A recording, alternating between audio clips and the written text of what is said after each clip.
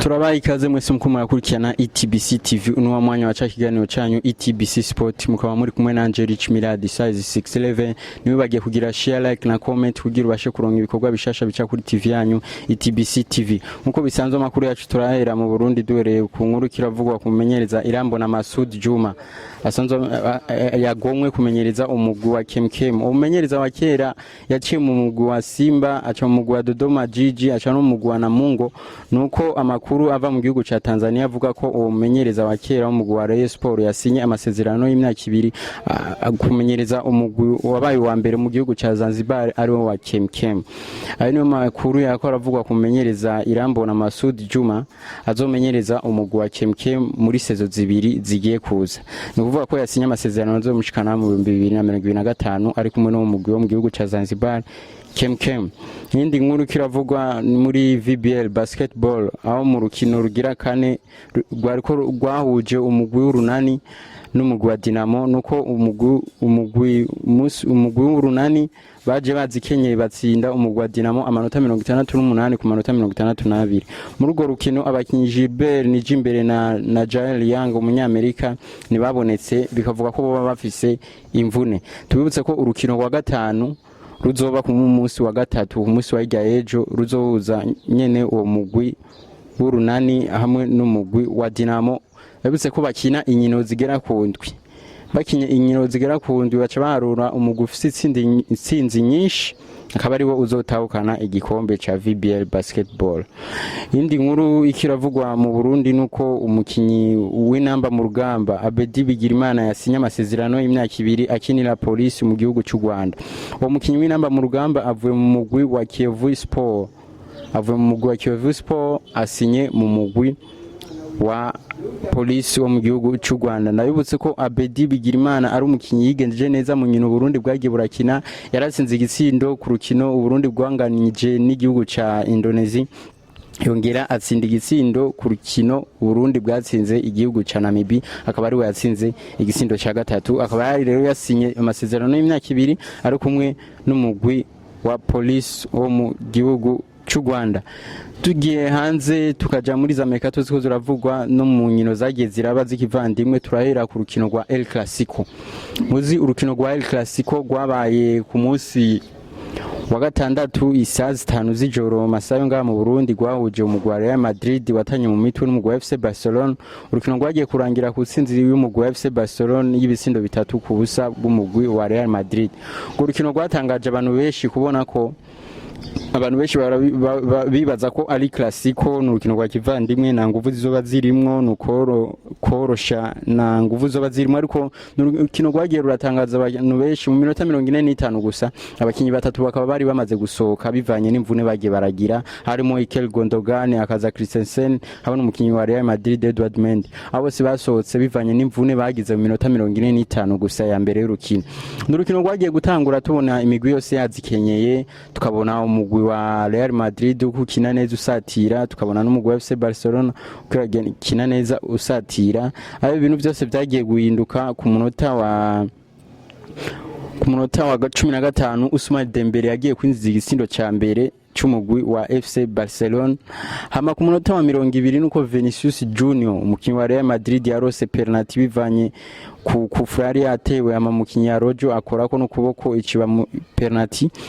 agiye gutera penalty ayitera ku mwamba umugwi wa Real Madrid ububuze amahigwe yo kunganya nuko urukino rurabandanya ku munota wa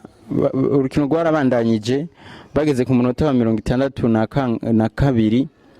umukinyi w'umugwi wa FC Barcelona atsinda ikindi gisindo kigira kabiri hacenye iminota mikeya umugwi wa FC Barcelona curonka ikindi gisindo kigira gatatu. N'urukino rwagiye rurarangwa n'imvururu nyinshi n'amahane menshi cyane n'ikarata nyinshi zagiye ziraboneka nuko habonetsemo ikarata zigira ku 8 z'umuhondo muri urwo rukino rwa El Clasico aho umukinyi Rudiger yarose ikarata y'umuhondo ku ruhande rw'umugwi wa Real Madrid. Nabitse ko Rudiger atakinye yayironse ari ku gatebe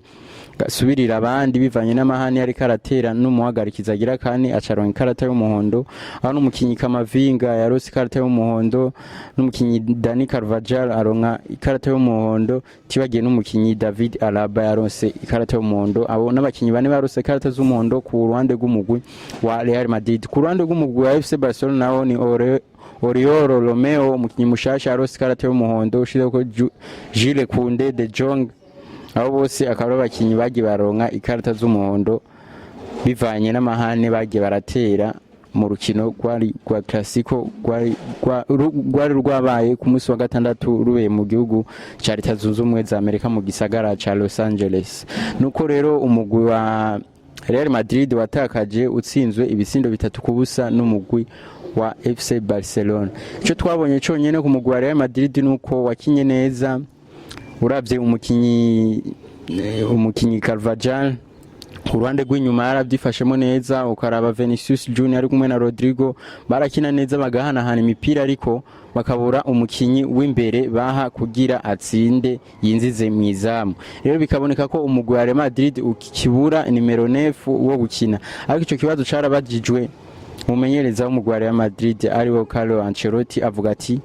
turabuze nimero 9 ariko turihangana tuzogerageza gukina tudafise nimero 9 ariko ibintu adahurizwa ko n'abantu benshi kubona umugwi wa Real Madrid wo kina saison yose karindi hera ata nimero 9 bafise rero izindi nkuru zibandanya zivugwa nuko tugiye kuri dossier ya Kylian Mbappe. Kylian Mbappe rero ko biravugwa ko umugwi wa Real Madrid ushaka ko urangiza dossier ya Kylian Mbappe muri iyi ndwi nyene turimwo. Umugwi wa Real Madrid ukavuga ko ushaka kurangiza dossier ya Kylian Mbappe muri iyi ndwi nyene turimwo kugira La Liga izoze gutangura mu yindi ndwiza itariki 12 umukinyi Kylian Mbappe yamaze gusinya mu mugwi wa Real Madrid. Rero tukaba turindire turabe ko bizokunda cyanye ko Kylian Mbappe aja mu yindi migwi uko na Liverpool irimo muri dossier ya Kylian Mbappe ushize ko n'umugwi wa Manchester United n'umugwi wa Manchester City ko biravuga ko yoba ziko ziriyinziza muri dossier ya Kylian Mbappe tukaba turindiriye rero turabe ko bizogenda biragenda byo mukinyi Kylian Mbappe ariko aravugisha ibinyamakuru byinshi ku mwanya mu mercato y'umwaka wa 2023 inkuru kiraba officiel nuko Sadio Mane adi Oliver Asoko Piqué do Bayern ce matin yasezeye abakinyi bahora bashinana mu mugwi wa Bayern Munich nawe sundi ni Sadio Mane agiye gusinya mu mugwi wa Al Nassr usanzwe ukinamo Cristiano Ronaldo akaba azohembwa miliyoni 40 ku mwaka akaba yaguzwe miliyoni 30 ndabutse ko umukinyi yavuye mu mugwi wa Liverpool yiyungwa n'umugwi wa Bayern Munich ariko atabasha kuronka amahirwe no koherererwa gukina mu mugwi wa Bayern Munich akaba rero avuye mu mugwi wa Bayern Munich nyuma yo gukina saison imwe gusa ariko kumwe n'uwo mugwi akaba agiye kwiyungwa n'umugwi wa Al Nassr usanzwe ukinamo Cristiano Ronaldo. Indi nkuru ikiravuga mu mugwi wa Real Madrid n'umukinyi Arda Güler. Umukinyi Arda Güler muzi ko yaguzwe n'umugwi wa Real Madrid aguzwe miliyoni zigera kuri 30 avuye mu gihugu ca Turkey. Uwo mukinyi rero w'imyaka 18 akaba yagize imvune ari kumwe n'umugwi wa Real Madrid mu gisagara ca Los Angeles bako barimenyereza imimenyerezo ya pre-season rero umukinyi akaba yaciye afata indege vyihuta jet privé imuherekeza mu gisagara ca Madrid hagiye kuronka ubuvuzi n'abaganga bo mu Real Madrid biravuga ko Arda Güler agiye kumara amezi 3 agera kuri amezi 5 ataboneka mu kibuga bikavuga ko azogaruka mu kwezi kw'icumi cyangwa mu kwezi kwa 12 kugira azo yiyunge kandi n'umugwi wa Real Madrid akaba atangwe gutera rero amakenga abantu batandukanye bavuga iske umukinyi ashitse ryara tangwe kugira imvune yo bari Eden Hazard mushasha tugiye kubona mu mugwi wa Real Madrid ibyo byose tukaba tubiteza amaso turindiye turabe aho bizoherera. Edison Cavani umukinyi wa kera wo mugwi wa Paris Saint-Germain yaciye no mu mugwi wa Manchester United nyuma kuva mu mugwi wa Manchester United yunga no mugwi wa Valence yo mu gihugu cyo muri Espagne La Liga akaba yavuye mu mugwi wa Valence bumvikanye ko amasezerano yiwe bayagarikije umukinyi rero akaba yiyunze n'umugwi wa Boca Junior wo mu gihugu cha Uruguay uwo mukinyi w'imyaka 37 Edison Cavani akaba yavuye rero ku mugabane wa Burayi asubiye ku mugabane wabo wa Amerika gukina mu mugwi wa Boca Junior. Bavugwa ko yoba ayasinye amasezerano y'imyaka 2 ari kumwe n'umugwi wa Boca Junior. Ngoma nabashikirize ikinyamakuru Sky Sport cyasohoye amahigwe kiyashira en pourcentage yuko abakinyi bazogenda barakurikirana muri Ballon d'Or igiye kuza. Muziko Ballon d'Or izotangwa mu kwezi kw'icumi. Rero umukinyi wa mbere ico kinyamakuru cyahaye amahigwe yo gutahukana Ballon d'Or igiye kuza ni Lionel Messi. Ico kinyamakuru cyamuhaye amahigwe y'ibice 75 kwijana. Mu kibanza ca kabiri hacaja umukinyi Erling Haaland cyahaye amahigwe agera kuri 19 kwijana. Mu kibanza ca gatatu Kevin De Bruyne cyahaye amahigwe agera kuri 2 n'umukinyi Rodri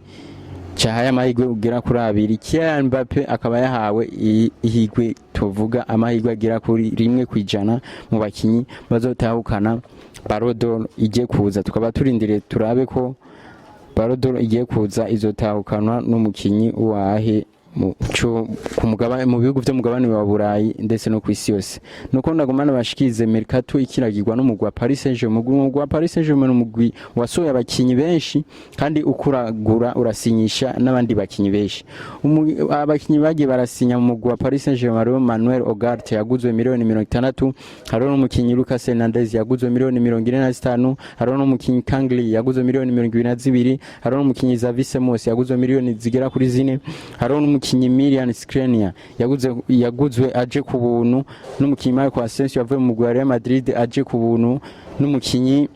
Arnaud Tenas aje ku buntu, n'umukinyi Shel Ndol n'umukinyi yaje ku buntu. Abo nimo bakinyi umugwi wa Paris Saint-Germain umaze gusinyisha muri sezo abakinyi bagera kuri 8 n'abakinyi benshi, ariko ukaba wagiye urasora naho abakinyi batandukanye. Ariyo El Shaddai Bishwabu yaguzwe miliyoni 15, Mauro Icardi, Junior Dinda, Lionel Messi, Sergio Ramos, Xavi Simons, Lucas Leveye. Abo se n'abakinyi bagiye bava mu mugwi wa Paris Saint-Germain. Umugwi wa Paris Saint-Germain biko biravuga ko n'umu kapiteni wayo Marquinhos yoba agiye kuva mu mugwi wa Paris Saint-Germain, ariko bikaba bitaraba officiel no mugwi yuko mu kapiteni wabo Marquinhos umunyabrazil yoba agiye kuva mu mugwi wa Paris Saint-Germain. Izo nizo nkuru twari tubafitire kuri uno munsi, ano makuru twari tubafitiye kuri uno munsi. Mukaba mwari kumwe na Rich Miradi size 611. Niba bagiye kugira share, like na comment kugira ubashe kuronka ibikorwa bishasha bica kuri TV yanyu ITBC TV. Ciao.